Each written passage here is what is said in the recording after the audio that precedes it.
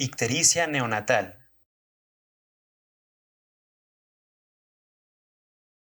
La ictericia neonatal se define como el aspecto amarillento de la piel y las mucosas, incluyendo la esclerótica, que aparece en un recién nacido y que es causada por niveles elevados de bilirrubina en sangre. Antes que nada, aclaremos algunos conceptos que se emplean a lo largo de esta revisión. Primero, un recién nacido se refiere a un bebé en sus primeros 28 días de vida posparto.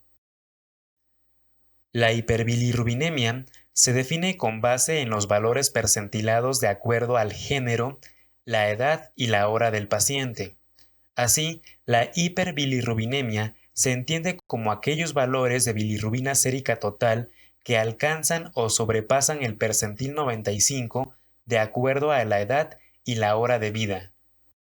A su vez, la hiperbilirrubinemia la podemos clasificar como grave cuando los niveles de bilirrubina sérica total son superiores a 20 miligramos por decilitro. Y la hiperbilirrubinemia extrema se establece cuando la bilirrubina sérica total sobrepasa los 25 a 30 miligramos por decilitros. Esta clasificación le ofrece al clínico la oportunidad de planear un plan de diagnóstico y seguimiento del caso.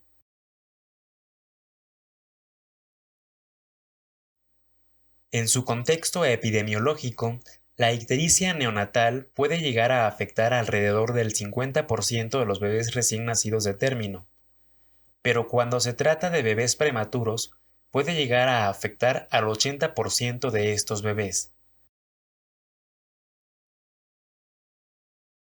La ictericia puede estudiarse desde su punto patológico y no patológico.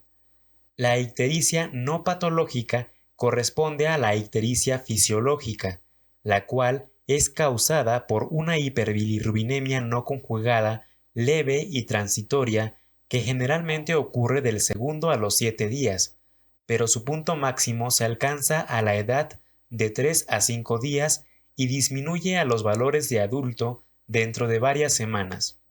En este caso, no existe una patología de fondo. Contrariamente, en la ictericia patológica, el incremento de la bilirrubina es debido a una afección subyacente. Dentro de esta categoría entra la ictericia debido a patología colestásica u obstructiva. Son muchos los factores de riesgo para la aparición de la ictericia, pero de manera general, algunos de especial interés debido a su relación con ictericia grave deben tomarse en cuenta e investigarse con mucho escrutinio. Entre estos factores, tenemos que a menor edad gestacional hay más asociación con ictericia. Es por eso que la ictericia puede llegar a afectar a más del 80% de los bebés prematuros. Por su lado, la lactancia materna exclusiva también es un factor de riesgo para la aparición de ictericia, aunque en este caso, a menudo se trata de una ictericia de leve a moderada. La ictericia que se presenta en las primeras 24 horas después del nacimiento siempre debe hacer pensar en alguna patología y se debe vigilar estrechamente debido a su relación con ictericia grave. Como veremos más adelante, una de las principales causas de ictericia neonatal es la enfermedad hemolítica. Por lo tanto, este factor de riesgo debe tenerse en cuenta e interrogarse debido a que esta comorbilidad puede incrementar el riesgo de presentar complicaciones agudas por hiperbilirrubinemia. Otros factores de riesgo son el antecedente heredofamiliar de un hermano anterior que haya tenido ictericia que requirió fototerapia, la presencia de cefalohematoma o hematomas importantes, la raza asiática oriental y la prematuridad. La etiología de la ictericia puede ser muy variada, pero destacan aquellas condiciones en las cuales está incrementada la degradación de los glóbulos rojos, fenómeno que es normal en la mayoría de los neonatos, pero también puede deberse a enfermedad hemolítica. Otras enfermedades, como alteraciones metabólicas que causan una conjugación alterada de la bilirrubina, los traumatismos, la policitemia o procesos infecciosos, también pueden ser la razón para la ictericia del neonato. Epidemiológicamente, hasta en un 64% de los casos no será posible identificar la causa específica de la ictericia, y cuando se identifica una causa, la incompatibilidad ABO representa el 51.6% de los casos, seguida de la deficiencia de glucosa 6-fosfato deshidrogenasa. Por lo tanto, estas dos patologías subyacentes deben tenerse en cuenta en los protocolos de atención de la ictericia neonatal. Para entender la fisiopatología de la ictericia neonatal, primero recordemos la fisiología normal del metabolismo de las bilirrubinas. Primero, la bilirrubina es el producto final del catabolismo del hemo, el cual deriva principalmente, pero no exclusivamente, de la hemoglobina. La degradación de la hemoglobina de los glóbulos rojos da como resultado la producción de hemo. De esta fuente proviene el 75% de la bilirrubina. Pero el grupo hemo también puede derivarse de la degradación de otras proteínas como la mioglobina, los citocromos y las sintasas de óxido nítrico. El punto de partida de este proceso inicia en el sistema retículo endotelial dentro de los macrófagos, donde la hemooxigenasa se encarga de catabolizar el hemo hacia biliverdina. Después interviene la biliverdina reductasa para formar la bilirrubina. A partir de aquí, la bilirrubina circula en los vasos sanguíneos unida a la albúmina. En su forma libre, la bilirrubina es capaz de cruzar hacia el sistema nervioso central. La bilirrubina unida a la albúmina alcanza el hígado, en donde las ligandinas lo transportan al interior de los hepatocitos. Al interior de los hepatocitos, la enzima uridina difosfoglucoronil transferasa es la encargada de conjugar la bilirrubina. De aquí se forma el glucurónido de bilirrubina, el cual puede alcanzar el intestino a través de la vesícula biliar y el conducto biliar común. En los intestinos del recién nacido, la mayor parte del glucurónido de bilirrubina no está conjugado por la beta-glucuronidasa. Parte de esta bilirrubina no conjugada se reabsorbe y pasa por la circulación enterohepática. El resto de la bilirrubina conjugada llega al colon, donde las bacterias la descomponen en urobilinógeno que luego es excretado. Cuando este proceso normal de formación y excreción de bilirrubina se altera, entonces aparece la hiperbilirrubinemia.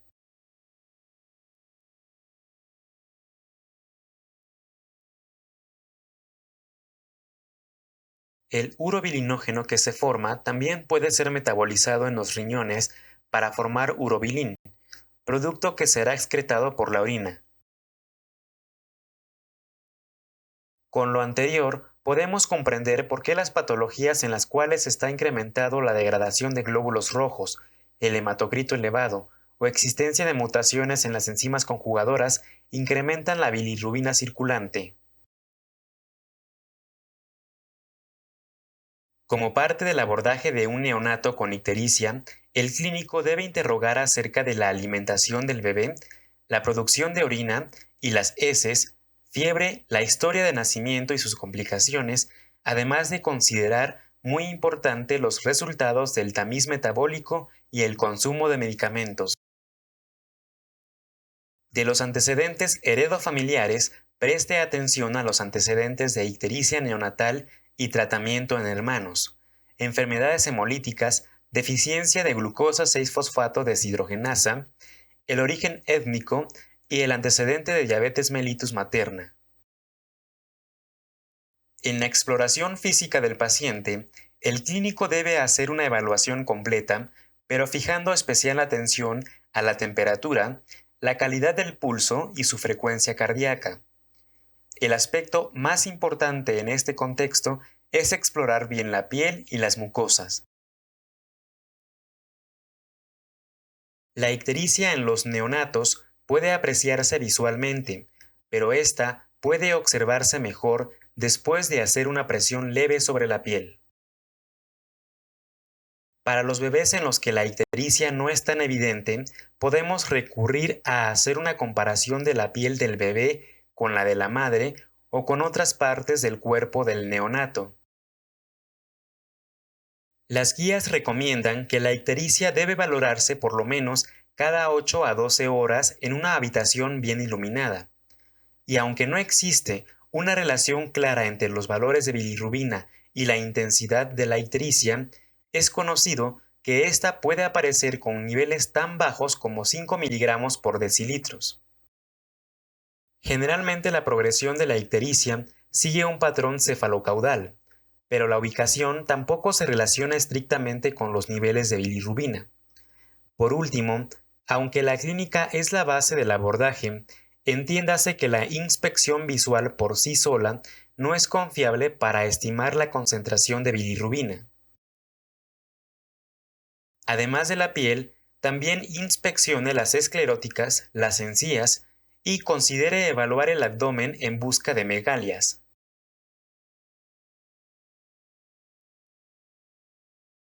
En su plan de diagnóstico, los niveles de bilirrubina normal en el neonato guardan una relación entre la concentración y las circunstancias clínicas.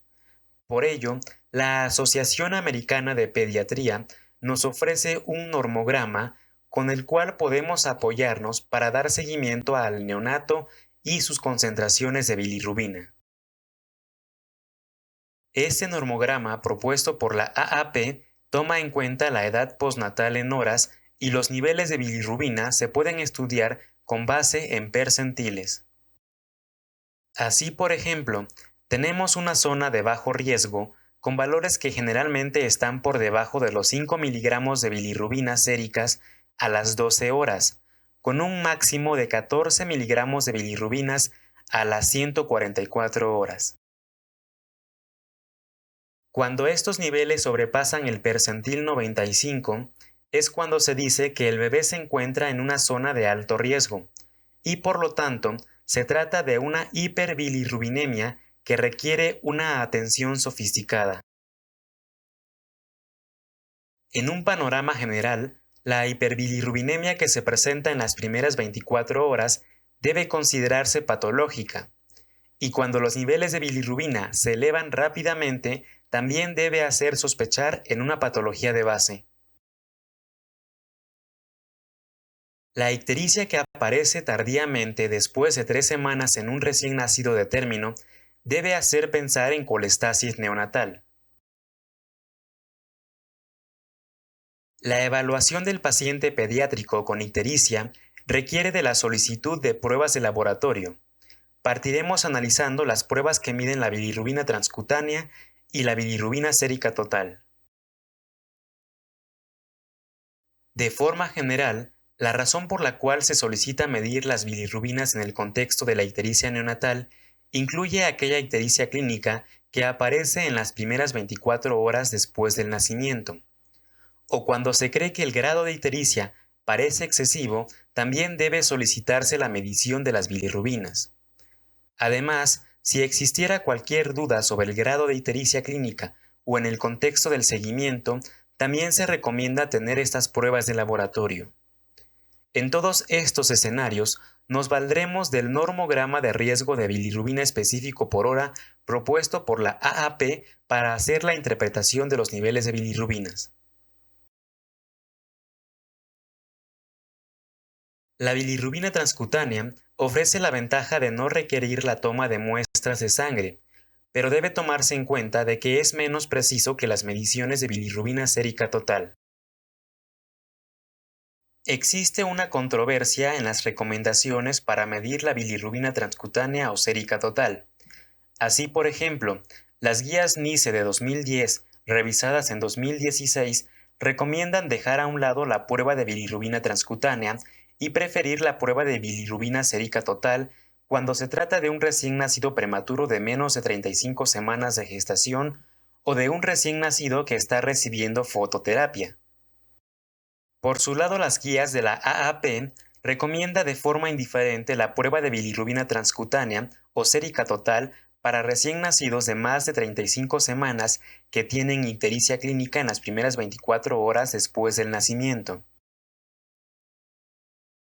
pero cuando la sospecha clínica apunta hacia una ictericia por colestasis, entonces la AAP recomienda medir la bilirrubina sérica total y directa. La necesidad de repetir la prueba depende del valor registrado previamente. Por ejemplo, si la bilirrubina está dentro del límite de los 2.5 miligramos para el umbral de fototerapia, esta debe repetirse a las 18 horas en un recién nacido con factores de riesgo o a las 24 horas en un recién nacido sin factores de riesgo. Por otro lado, si la prueba de bilirrubina está a más de 2.5 miligramos por debajo del umbral de fototerapia, ya no será necesario repetir la prueba. Otra prueba a la que podemos recurrir es a la medición del dióxido de carbono al final de la expiración. De estar disponible, esta prueba nos puede servir para detectar hemólisis, ya que ésta se relaciona con la tasa de producción de bilirrubina en este contexto.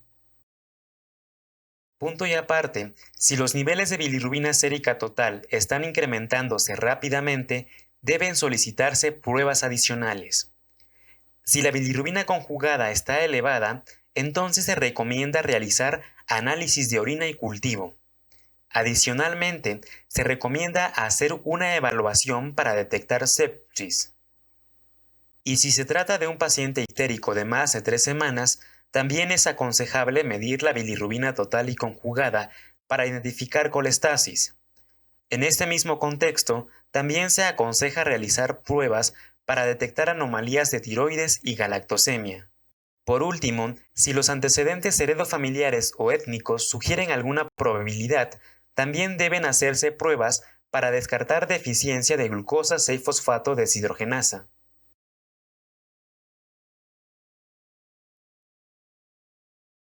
En el abordaje del paciente con hiperbilirrubinemia, el clínico debe estar alerta para identificar aquellos pacientes que se consideran en alto riesgo para desarrollar encefalopatía aguda por hiperbilirrubinemia, especialmente en aquellos bebés que registran valores de bilirrubina que se acercan a los 25 miligramos por decilitro, o en niveles más bajos de bilirrubina, pero asociado con factores de riesgo adicionales como enfermedad hemolítica isoinmune, deficiencia de glucosa 6-fosfato deshidrogenasa, inestabilidad de la temperatura, letargo significativo, asfixia perinatal o acidosis. La ictericia refractaria a la fototerapia, es decir, aquella en la que la bilirrubina no disminuye después de 4 a 6 horas de fototerapia, también debe encender las alarmas para prevenir la encefalopatía aguda por bilirrubinas altas. Solo por la hiperbilirrubinemia existe la posibilidad de ciertas complicaciones. Una de ellas es la disfunción neurológica inducida por bilirrubina, la cual es debido a la toxicidad de la bilirrubina en el sistema nervioso central. Esta debe sospecharse ante la presencia de alteración de la función visomotora, del procesamiento auditivo, del habla o la cognición. La encefalopatía aguda, por su lado, es el resultado de la neurotoxicidad que afecta directamente a los ganglios basales, el globo pálido, el putamen y los núcleos caudados. Aquí, las bilirrubinas pueden provocar la interrupción del metabolismo energético. Este daño puede expresarse en 3 fases. En la primera existe letargo, hipotonía, mala succión y llanto agudo. En la fase intermedia se caracteriza por irritabilidad y la fase avanzada por estupor, coma e hipertonía. Finalmente, el kernicterus es un diagnóstico patológico de necrosis en los ganglios basales, hipocampo y cerebelo, que puede conducir a parálisis cerebral, hipoacusia, displasia dental y déficits intelectuales, por mencionar algunas. De acuerdo a las guías mexicanas, debe hacerse la referencia oportuna hacia un segundo o tercer nivel para su estudio y manejo cuando se trate de pacientes ictéricos con datos de síndrome colestásico o hepatomegalia, sospecha de sepsis o ante la existencia de algún error innato del metabolismo.